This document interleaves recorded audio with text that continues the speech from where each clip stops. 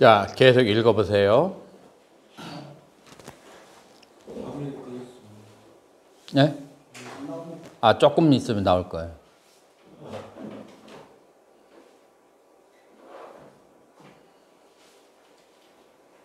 그래서 삿띠를 하는 이유가 첫째는 이제 온으로 분석해서 나에 대해서 정확히 아는 것을 목표로 해서 그 오온에 대한 알아차림, 그게 이제 첫 번째고요. 그 다음에 삿띠를 하는 두 번째 이유는 잠재의식에 있는 그 숨겨진 그 번뇌들을 그것을 의식으로 끄집어 당겨 가지고 그것을 청소하는 데 목적이 있는 거예요.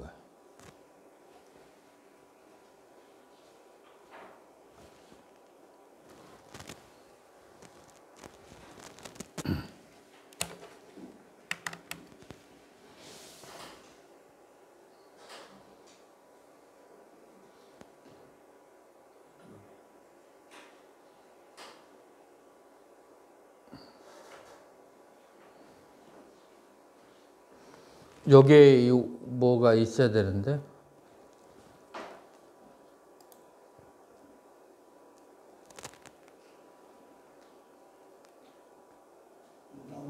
나와요? 나오면 가만 놔두세요.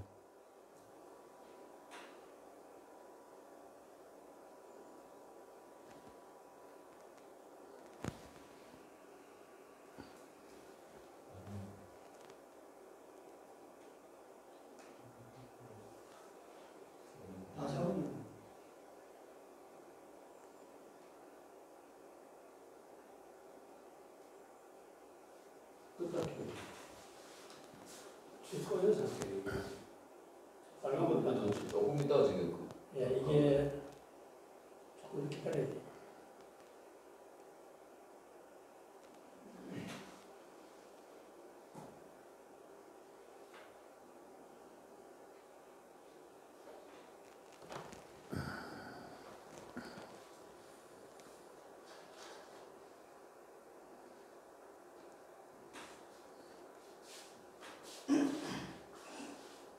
지금 꺼져 있나요? 켜져 있나요? 꺼져 있는 상태예요.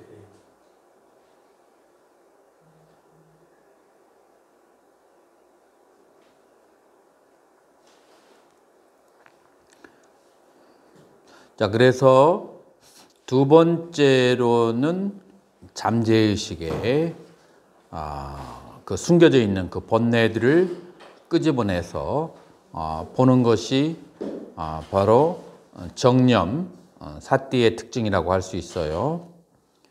그래서 우리가 만약에 몸과 입으로 악업을 짓는다 할지라도 악업을 일으키게 하는 것은 그것은 마음이죠. 마음의 근원이 되는 거예요. 그렇기 때문에 그 근원, 마음의 근원을 여기서 뭐라고 말하면 의도라고 해요. 의도는 어디에 해당하냐면 수상행 가운데 어디에 해당하죠? 행에 속해요. 그래서 우리는 첫 번째 행을 알아차려야 돼요. 내가 어떤 의도를 가지고 있는지 알아차려야 돼요. 그래서 모든 움직임에는 속에는 의도라고 하는 행이 있고 그 다음에 겉으로는 움직임이 있어요. 말을 할 때도 의도가 있고 그 다음에 말한다는 것이 있고 그리고 몸을 움직일 때도 움직이려고 하는 의도가 있고 몸을 움직임이 있고 그래서 모든 행위에는 의도가 따른다. 의도에 의해서 행위가 일어난다. 라고. 의도를 의지라고 불리는 됩니까? 네, 의지라고도 할 수 있죠. 그럼 그거는 그 자유의지라고도 말할 수 있습니까? 왜 여기서 갑자기 자유의지가 나와요?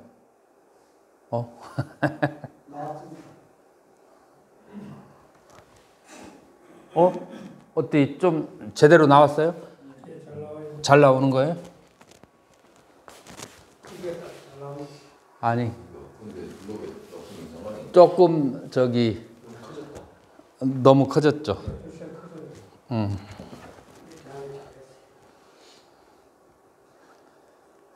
그래서 그래도 보이기는 보이죠. 보이긴 잘 보여요. 그러면 됐어요. 자, 다시 얘기해봐요. 의도를 일으키는 의도는 의지라고도 할 수 있고. 의지. 네. 네. 거기서 딱 끝나면 돼요. 거기에서 자유의지하고 결부를 하는 것은 이건 좀 다른 문제예요. 이게 자유의지인가 아니면 숙명인가 하는 것은 지금 여기하고 전혀 자유의지를 얘기할 때는 그것은 숙명론하고 얘기하는 거거든요. 지금 여기에서 우리가 눈이 간지러워. 그래도 눈을 깜빡했어. 이거를 뭐 자유의지니 숙명이니 뭐 이런 거 갖다 붙이기가 너무 거창스러워. 그냥 의지다, 의도다. 그렇지. 의도, 욕구를 뭐 자유욕구다, 뭐 숙명적 욕구다, 뭐 이렇게 말하는 게 좀 너무 안 맞잖아요. 그냥 욕구라고 생각을 하면 돼. 그러니까 어떤 마음을 일으키게 되는 동기, 모티브가 되는 거야. 그거는 그게 행위라. 행위인데 그 자유적으로 내가 일으킬 수. 아니 내가 목적에 의해서 일으키는. 내가 지금 저녁에 5시가 되면 공양간으로 가겠죠. 안 갈 수도 있지 않습니까? 안 갈 수도 있죠. 그렇지만 보통 일반적으로 지금 여기서 말하는 것은 공양간에 갈 때 내가 지금 방금 화장실을 갔다 왔어요. 그래서 화장실을 가려고 하는 욕구가 있었고 그 다음에 화장실에 간다는 행위가 있었어. 그렇죠? 그리고 또 5시에 공양간에 가려고 할 때 공양간에 가려고 하는 욕구가 있었고 그 다음에 공양간에 간다는 행위가 있었어. 그래서 욕구가 있고 행위가 있다. 욕구가 있고 행위가 있다. 그걸 얘기하는 거예요. 그래서 뭐 자유의지라고 그렇게 얘기하기는 조금 거창스럽지. 무슨 말인지 알겠죠? 네, 의도가 가장. 네, 욕구를 말하는 거야. 욕구. 자, 그래서 우리는 그 의도 혹은 욕구가 어떻게 행위를 일으키는지 그것을 우리는 알아야만 돼요. 왜냐하면 보통 사람들은 어떤 행위를 할 때 입으로 욕을 막 한참 얘기해. 그리고 나서 나중에 왜 이렇게 욕을 하셨어요? 하니까 내가 언제? 라고 하는 것은 그건 거짓말 하려고 하는 것보다도 뭐를 못했어요? 자기가 알아차리지 못한 거예요. 그래서 자기가 부지불식간에 하는 행위, 그 다음에 자기가 자기 의도적으로 알아차리지 못하고 하는 행위를 그것을 수면 위로 끌어올려서 알아차리면서 행위를 해야 뭐가 바뀌어지겠어요? 업이 바뀌어지는 거예요. 왜냐하면 그 행위들이 전부 다 업이기 때문에 그 내가 무슨 행위를 하고 무슨 업을 짓고 있는지를 다 계산해서 알아봐야 그래야만이 자기가 원하는 목표, 자기가 원하는 길로 갈 수가 있는 거예요. 자기가 원하는 것은 뭐 인간이나 천상이나 아니면 해탈인데 자기가 행위하는 것은 그보다 현저하게 떨어질 수가 있죠. 근데 그것을 알고서 하는 사람도 있지만 대부분이 모르고 그런 행위를 하는 경우가 많단 말이에요. 그래서 잠재의식에 있는 어떤 행위를 할 때 같이 나오는 의도를 알아차려서 그 표면화시키는 것이 그것이 또 하나의 중요한 사띠수행이다. 이해가 됐죠? 자, 다음에 읽어보세요. 원래는 그 근원이 사명이다. 수행의 시작은 심수심법을 부정, 고, 무상, 유화로 보는 정견이다. 정견에 의지해서 인생의 목표를 정하는 것을 정사라 한다. 정사를 실천하는 것이 정업, 정정진이다. 실천 행위를 통하여 잠재의식의 삶과 집착, 탐착과 성냄을 닦아나가는 것을 선정행이다. 이 모든 것의 시작은 바로 정견이다. 자, 그래서 우리 인간의 마음을 지정의로 그렇게 나눈다라고 했을 때 지적인 측면과 정서적인 측면과 그다음에 의지적인 측면 이렇게 나눈다라고 했을 때 우리는 지적인 측면은 다스리는 것은 뭘 다스리는 걸 지적인 측면을 다스린다고 그래요? 정경과 정사. 그다음에 감성적인 요소를 다스리는 것은 뭐를 닦는 거예요? 정념과 정정진, 정정진, 정념, 그 다음에 정정, 그 다음에 의지적인, 행위적인 것은 그것은 무엇이냐면은 정어, 정업, 정정진 이렇게 해서 이 8정도를 통해서 지정의를 닦는 것이다 라고 말할 수가 있겠죠. 계속 사막 중 해의 정령, 불조의 가르침을 거듭 듣고 사절도의 풍물을 이해하는 것이 문해이다. 들은 가르침을 거듭 사용함으로써 마음속의 여러 가지 욕망, 견해, 감정 등을 조화시키고 일치시키는 것이 사해이다. 이것들을 직접적으로 경험하는 사명처 수행의 수혜가 바로 바른 사띠 정념이다. 그래서 사띠는 호흡을 알아차림으로써 시작된다.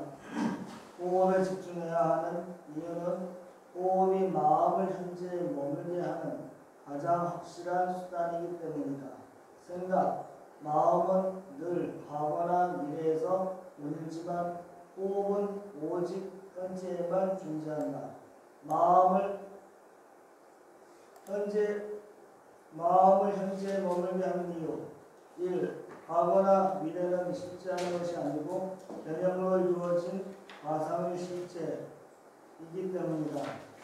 자, 그래서 사띠가 가지고 있는 또 하나의 그 특징은 뭐라고 했어요? 마음을 현재에 머물게 하는 것이다 라고 하는 거예요.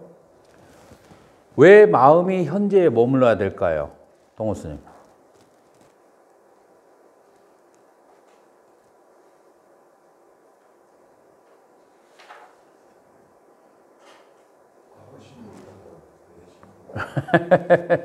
너무 그렇게 형상학적으로 하지 말고 마음이 현재에 그 머물러야 되는 이유가 뭐예요? 수행은 현재 실제이기 때문에 왜 현재만 수행을 할 수 있어요? 지나간 것이나 미래인 것은 추상적이고 그것도 일리가 있어요. 근데 가장 중요한 이유가 있어요. 동호 스님은 생각나나요? 왜 현재를 알아차리는 것이 수행이 될 수가 있겠어요? 봉호 스님, 동호 스님은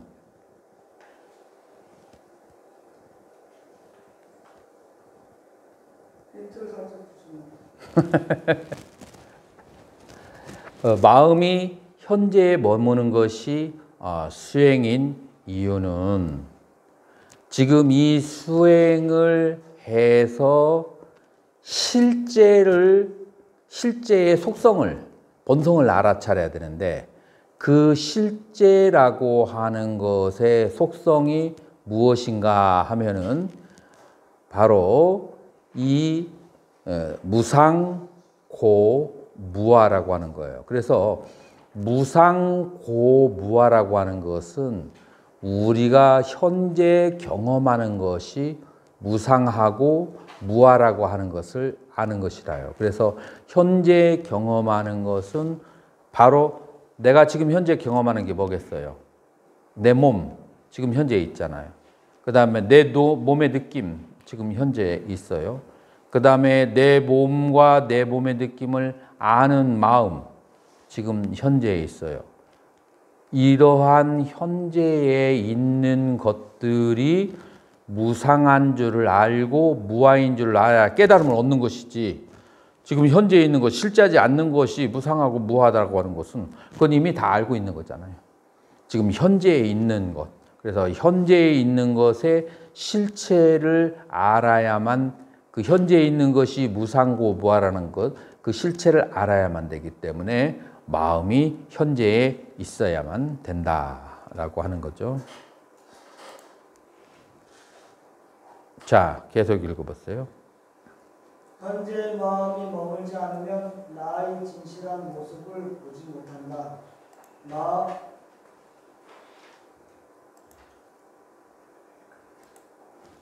뭐를 내가 잘못 건드렸는데? 에?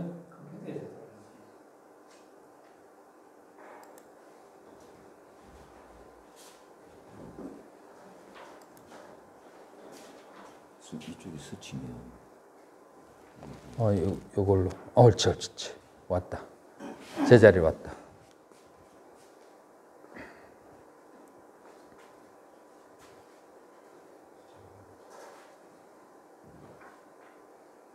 자, 계속 읽어보세요. 마음이 현재 머물렀을 때 나에 대한 실체를 알아 집착을 놓을 수 있다. 모든 번뇌가 생각, 마음을 타고 흘러 들어오기 때문이다. 호흡과 몸에 대한 느낌은 오직 현재이기 때문에 호흡을 알아차리는 것을 통해 마음이 과거나 미래의 행진에 흘러가는 것을 방어한다. 이리하여 일어난 근심, 걱정이나 앞으로 일어날 근심, 걱정 등을 다스릴 수 있다. 자, 계속. 호흡을 알아차리는 명상을 할 때 마음속의 기억들이 스물스물 올라오게 된다. 그것들은 감각적 욕망, 성난 기억과 짝지어서 일어나는 생각들이다. 이때 이들이 있으면 있는 줄 알고 없으면 없는 줄 알아야 한다. 또한 이들이 없다가 발생하면 일어남을 알고 있다가 사라지면 사라짐을 있는 그대로 보아야 한다. 이것이 사띠의 첫 번째 기능이다. 다행이군요.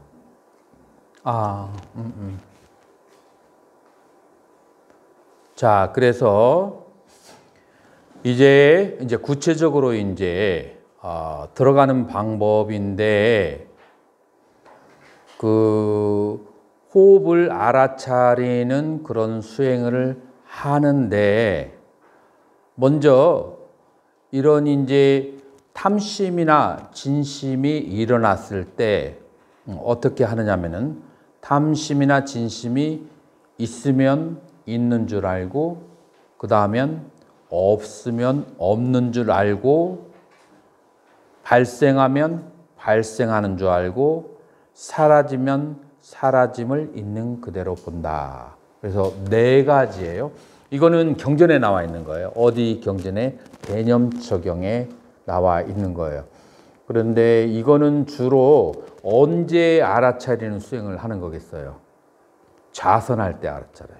이거는 동중에 이렇게 알아차리기는 힘들고, 좌선하고 있을 때는 마음이 아주 쉬워지고 정지되어 있기 때문에 어떤 생각이 일어나면 일어남, 그 다음에 생각이 일어났다가 사라지면 살아남 하고, 이 생각을 끝까지 추적해 나가야 돼요.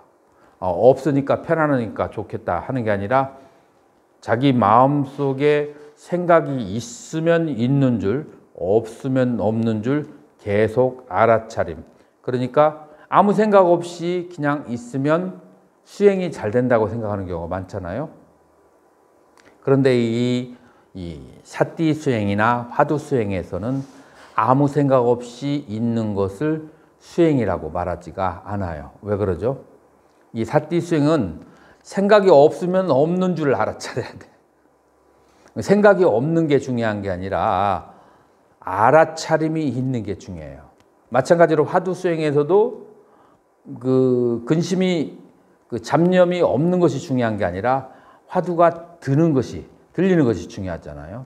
그래서 알아차림이라는 것이 있는 것이 중요한데, 이 알아차림이 마치 무엇 같으냐면, 알아차림은, 이 알은 무엇과 같이 일어난다고 했죠, 아까?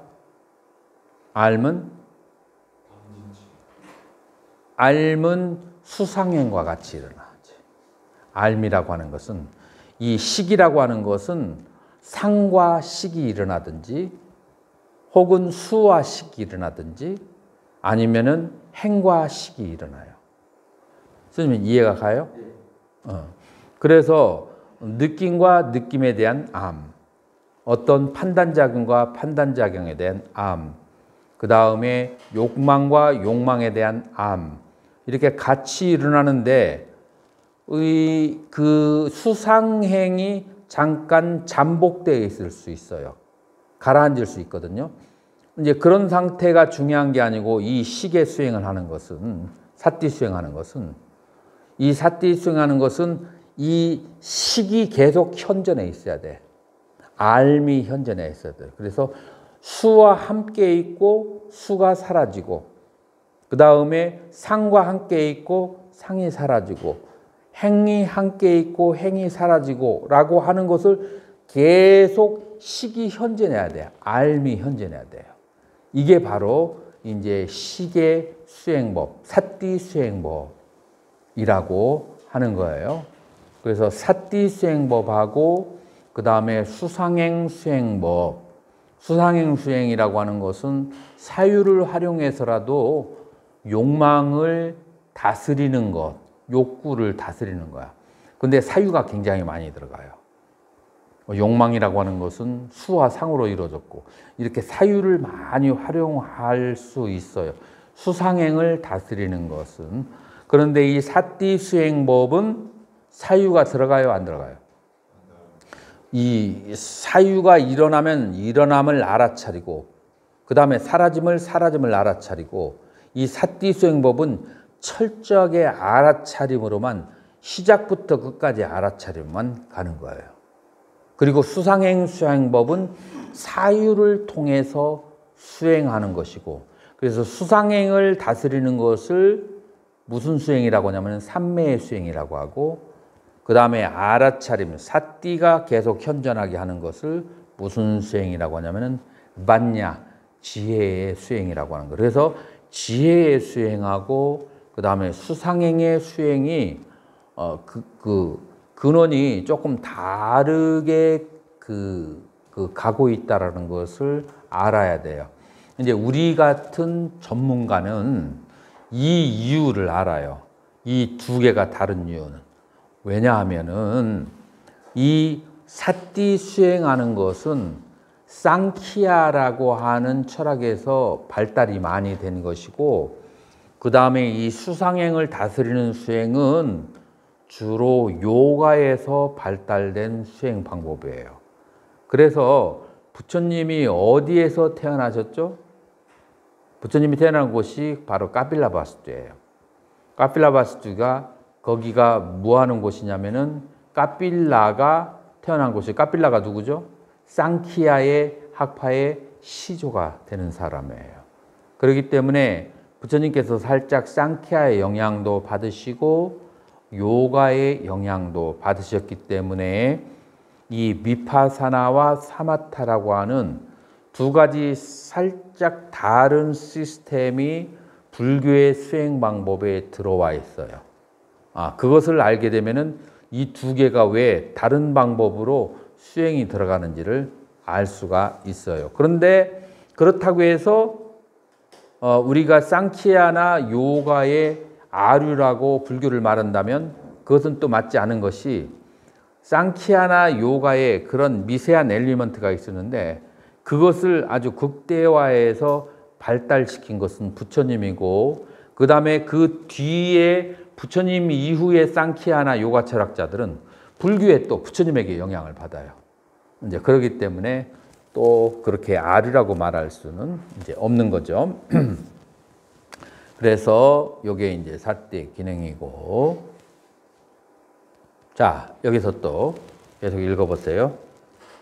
몸과 마음이 기쁜 상태에서 이것들을 바라보면 감각적 욕망은 가라앉고 성난 기억 즉 나를 괴롭히거나 나에게 잘못했던 상대방을 이해할 수 있는 여유가 발생하고 이 마음의 여유 속에서 상대방의 처지와 인연을 이해하게 되면 마음 다음에 건네는 바로 씻어지고 심려해버린다.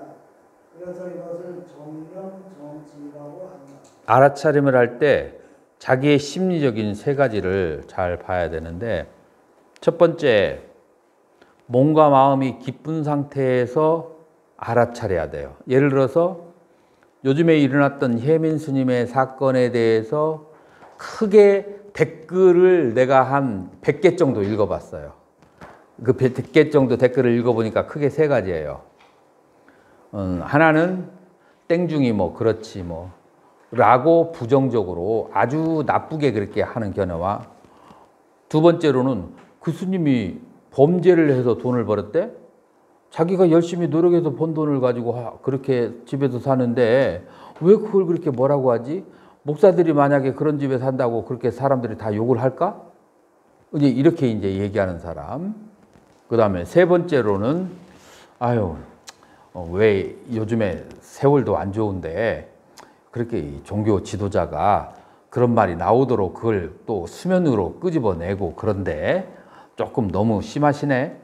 이렇게 이제 말하는 사람이 있어요. 근데 그런 사람들이 심리적으로 어떤 상태에 있냐면, 먼저 몸과 마음이 기쁜 상태에 있는 사람들은 좀 좋게 봐주려고 하고 그냥 다 사람인데 그럴 수 있죠. 몸과 마음이 고단하고 지치고 화가 나 있는 사람, 내가 환경이 굉장히 힘들고 괴로운 사람은 그러면 어떻게 나가요? 바로 삐딱하게 그렇게 나가서 얘기하는 거. 그래서 알아차림을 할 때도 마찬가지로 내가 지금 심리적인 상태가 어떤가가 굉장히 중요한데, 만약에 내가 괴롭고 즐겁지 않은 상태에서는 알아차림을 하면 오히려 부정적인 효과가 올 수 있어요. 그래서 몸과 마음이 편안한 상태에서 알아차려야 된다. 그래서 첫 번째, 몸과 마음의 기쁜 상태에서 알아차려야 된다. 두 번째, 몸과 마음이 기쁜 상태에서 알아차림을 할 때 부정적인 상황, 그러니까 나에게 실수하거나 괴롭혔거나 잘못했던 사람들을 알아차렸을 때 상대방의 처지에서 이해해 줄 수 있는 여유가 생겨난다. 그리고 세 번째, 이런 여유가 발생했을 때 내 과거에 있었던 나에게 잘못했던 사람들이 기억이 나더라도 용서를 해줄 수가 있게 돼요. 그런데 괜히 수행을 하다가 몸과 마음이 허리도 아프고 다리도 아프고 괴로워 죽겠는데, 과거에 누군가가 한 5년 전에 10년 전에 나한테 잘못했던 사람이 딱 떠올랐어. 알아차렸는데 내가 몸이 안 좋으니까 오히려 그 알아차림 때문에 더 화가 나고 성질이 나가지고 오늘 당장 선언해서 일어나면 전화해가지고 한 번 더 쏟아줘야지 해가지고 더 번뇌가 되는 수가 있어요. 그래서 이 3단계가 특히 제가인들에게 가르칠 때 알아차림을 하기 전에 이 3단계가 굉장히 중요하고, 자, 그런데 몸이 아픈 사람이 어떻게 기쁘게 되겠어요? 그래서 두 가지를 권해요. 몸과 마음이 안 좋은 상태에 있는 사람은 경행이나 요가를 하게 되면은 경행을 하거나 요가를 하고 나서 앉아 있게 되면은 몸이 아주 편안하게 돼요. 그때 알아차림이 있어야 돼요. 그래서 몸이 고통스럽고 괴로운 사람에게, 초보자에게 그냥 알아차리라고 하면 역효과가 날 수가 있다. 그거를. 지금 선방에서요 화두 들잖아요. 여기 하다 보면 이제 그 선정이 들어가잖아요. 그러면 이제 우리가 성성화도 하지 않습니까? 그 성성화 그 상태에서 이제 화두를 알아차리잖아요. 선정에 들었다는 것이 몸과 마음이 쾌락해야 선정에 들지, 몸과 마음이 불편하면 선정에 잘 안 들었죠. 그 선정과 몸과 마음의 기쁜 상태가 같은 말이라. 성성했을 때가 이제 저 정령정지가 보면 되는 거예요. 그렇지. 이제 선정에 들어서 성성했을 때 이제 그 정령점지라고 그렇게 보면 되죠. 자, 계속 읽어보세요. 마치 동물 입구에 서 있는 사냥꾼이 냉수가 동물 안에 있는지 없는지, 안으로 들어갔는지 밖으로 나왔는지를 빠짐없이 알아차려야 사냥을 할 수 있는 것처럼, 그와 같이 오온의 작용을 알아차려야 한다. 욕망과 욕구를 자세히 바라보면 두 가지 요소가 결합하여 욕망과 욕구를 일으키는 것을 알 수가 있다. 하나는 그 대상을 좋아하고 싫어하는 감성작용이다. 아까 설명을 했죠. 욕망과 욕구. 가 뭐라겠죠? 먼저 욕구를 바라봐야 돼요. 자기 마음속의 욕구를 바라봐야 돼요. 그러면 욕구를 바라보면 이 욕구는 두 가지에 의해서 구성되어 있는데 하나는 그 대상을 좋아하고 싫어하는 호의 수가 욕구를 일으키게 한다. 예를 들어서 아이스크림에 대해서 맛을 좋아하면 아이스크림을 먹고자 하는 욕구를 일으킬 수가 있는 거죠. 그 다음에 엄연처 아니 왜 그 다음 게 마치 동굴 입구에 서 아니 그거 하고 자 계속 인생을 바꾸려면 욕망을 바꾸려면 수화상을 다스리려면 육군과 육경이 촉하는 순간에 발생한 수상행 사띠 수행을 해야 한다. 자 요거는 이제 조금 설명이 필요한데 내 욕망이 바라야만이 예를 들어서 학생이 대학교를 들어가야 되는데 컴퓨터를 좋아하는 게임을 좋아하는 욕망을 가지고 있으면 학교를 못 가겠죠. 그래서 게임을 좋아하는 욕망에서 공부를 좋아하는 욕망으로 바꿔야 된단 말이에요. 그렇죠? 그러려면은 그 욕망이 수와 상으로 이루어졌다. 그래서 좋아하고 싫어하는 느낌과 즐거워하고 그 다음에 싫어하는 느낌과 그 다음에 어떤 것이 나에게 이롭과 해롭다. 그 다음에 이것이 옳다 그러다라고 하는 시비의 그 판단에 의해서 욕망이 발생한단 말이에요. 근데 이 느낌과 그런 이제 판단을 다스리려면 그것이 일어나는 그 시기가 언제라고요? 그것이 바로 6가지 감각기관이 6가지 감각의 대상을 촉할 때 그것이 발생한다 라고 하는 거예요. 그래서 눈이 대상을 바라볼 때, 그 다음에 귀가 소리를 들을 때, 코가 냄새를 맡을 때, 혀가 맛을 볼 때, 몸이 대상과 부딪혔을 때, 마음이 어떤 경계를 생각할 때, 이 6가지 작용 속에서 거기에서 그 촉하는 순간에 그때 알아차림을 해야만이 그래야 수와 상을 다스릴 수가 있다라고 하는 거예요. 이해가 되는가요?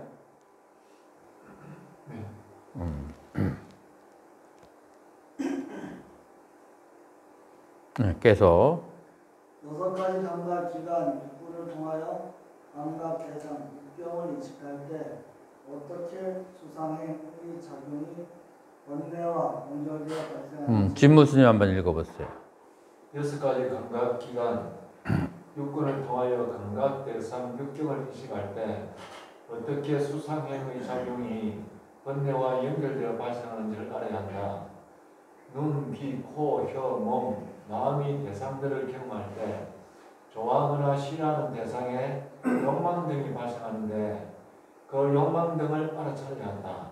그 욕망들이 내 인생의 선장이고 내 인생의 설계도이기 때문이다.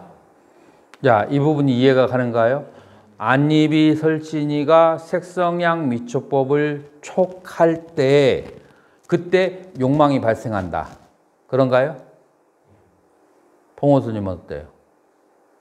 그렇게 보이는 게 듣고 인데서 욕망이 일어나고 그렇죠. 6가지 감각기관이 6기가 감각기관의 대상을 인식할 때 그때 욕망이 발생하는데 그 욕망이 바른 욕망이 있고 바르지 못한 욕망이 있는데 바르지 못한 욕망이 있으면 대학을 지나가는 애가 게임을 계속하는 것처럼 그것처럼 자기의 인생이 뒤집어질 수 있는 거죠. 자기가 원하는 것을 얻을 수가 없는 거죠. 그래서 먼저 자기가 어떤 욕망을 가지고 있는지 알아차려야 된다라고 하는 거예요. 그래서 이것이 첫 번째예요. 6가지 감각기관이 발생할 때, 촉할 때, 그래서 수가 일어날 때, 욕망이 일어날 때 알아차려야 된다. 근데 이게 쉽겠어요? 어렵겠어요?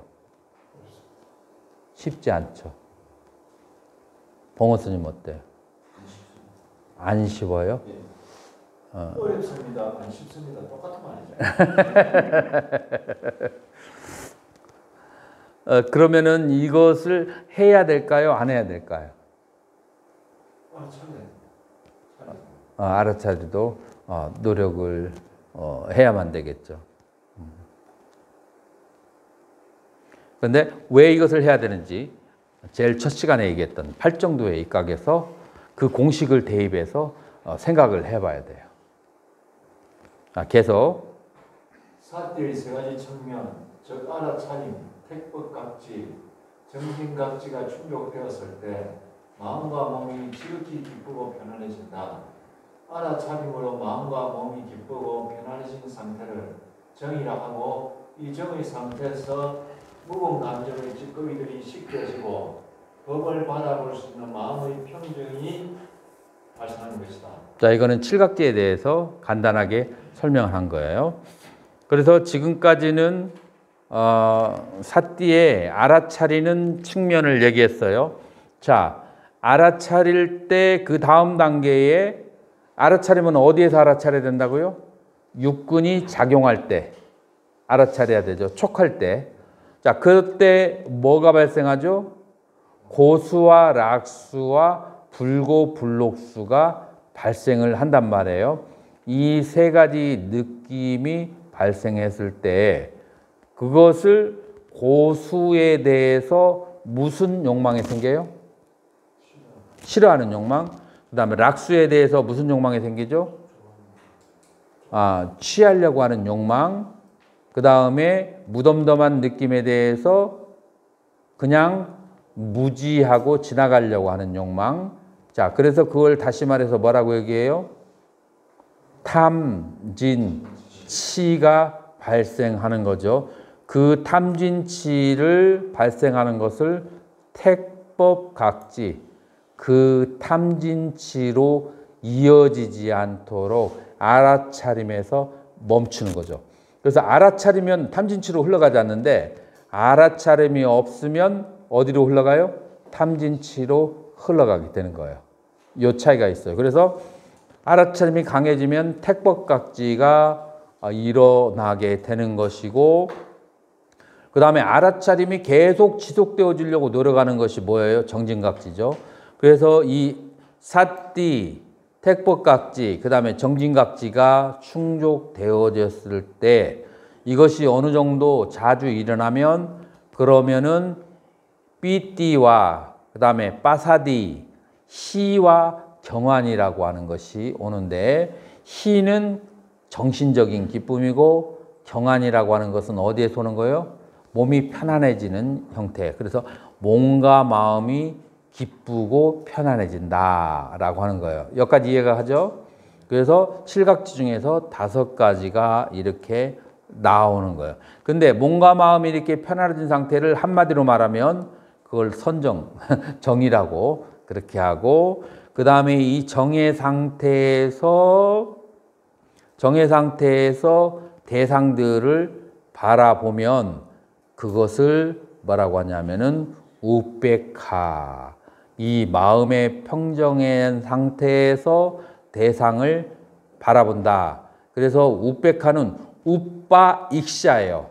우빠는 감정이 평정된 상태고, 익샤는 바라보는, 익샤가 투시, 보다라는 뜻이에요. 그래서 이게 참 번역하기가 어려워요. 이 평정은 그냥 가라앉은 것만 얘기하는데 이게 사실은 정확하게 번역하면은 적조예요. 이 우백카를 만약에 내가 의미로 정확하게 번역한다면 요거는 뭐냐면은 적조라고 할 수 있어요. 고요해지면서 비춰진다. 근데 이건 어디에서 쓰는 말이죠? 선종에서 쓰는 말이죠. 오히려 초기 불교보다도 이 말은 선종에서 번역이 잘 돼 있어. 적조. 그래서 사선정의 상태를 적조. 다른 말로 해서 적적 성성이라고 그렇게 하는 거죠. 이제 이것이 칠각지의 마지막 상태, 그리고 사선정의 상태에서 오는 것이다라고 그렇게 얘기하는 거예요. 그래서 삼매는 세수하거나 몸을 닦는 것 같고 지혜는 암을 도련에 의해서 수술하는 것과 같다.